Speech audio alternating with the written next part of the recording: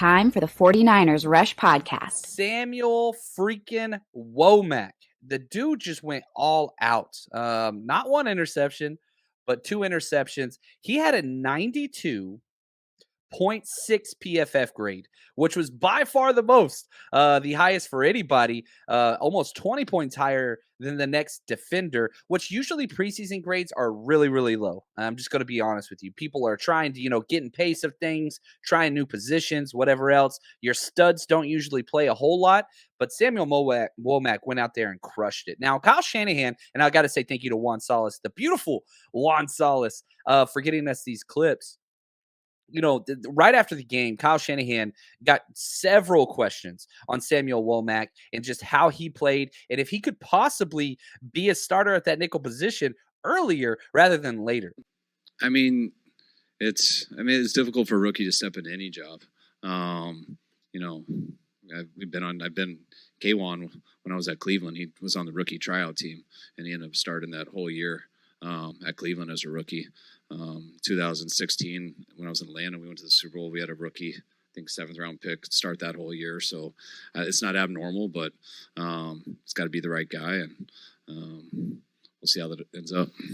We want to overreact. The whole time I'm watching that game, it was interesting the way they used Womack, which is I thought was just really, really weird because Darquez Dennard would be in there on first, second down, running plays, and then passing downs. They'd sub them in and out. And so it's almost like a sub package for a sub package, right? We're going exponential over here with the 49ers personnel department. And I love that because defensively, the 49ers have been very cookie cutter or stagnant with the way they use their personnel groupings. They don't like to move stuff around really at all. And so, especially on the secondary. Now they do some fun stuff with the defensive line and some dime packages sometimes. But I like that. Now, obviously, I don't think they're going to do that in the regular season. But I like just seeing some difference, some nuance on the way they're using that. And, D'Amico's just, incredible. And, let me say this. I got my hands on the film, baby.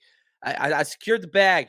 It is ours. And for all of you guys that support our show on Patreon, you guys are the absolute freaking best. And guess what, baby? Every single offensive, defensive play of the entire preseason, every preseason game, every single regular season game, we got them for you. There's only one place you can get it. There's just one place.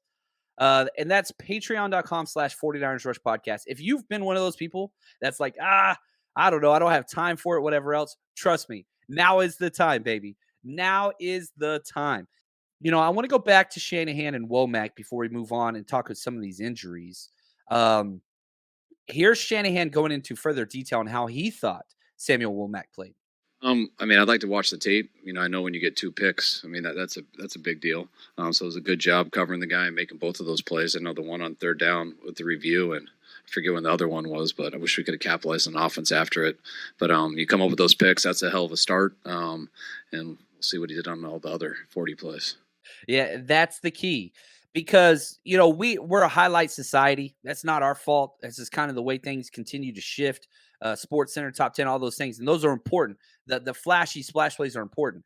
Consistency, not flash plays, is how rookies gain starting snaps for the 49ers. That's how you do it. You got to be consistent. So, yeah, the 2 interceptions, that's 2 plays. Well, guess what? You got 40 more.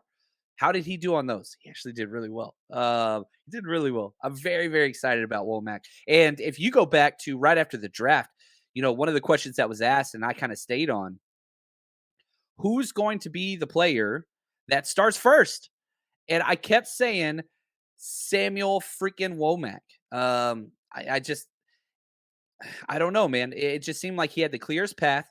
He was one of the few players that wasn't going to be changing positions or scheme or anything. He was just going to stay right where he was. And real quick, before I know I keep saying we're going to jump on, I got all these clips from Juan. He cuts them up, and we got Samuel Womack talking to the press. He was asked if he thought he stepped up tonight. Real quick clip. This is Samuel Womack himself. Most definitely. I feel like I had a great game tonight. I still have stuff that I have to learn from and get better at, but I feel like I was taking advantage of my opportunities.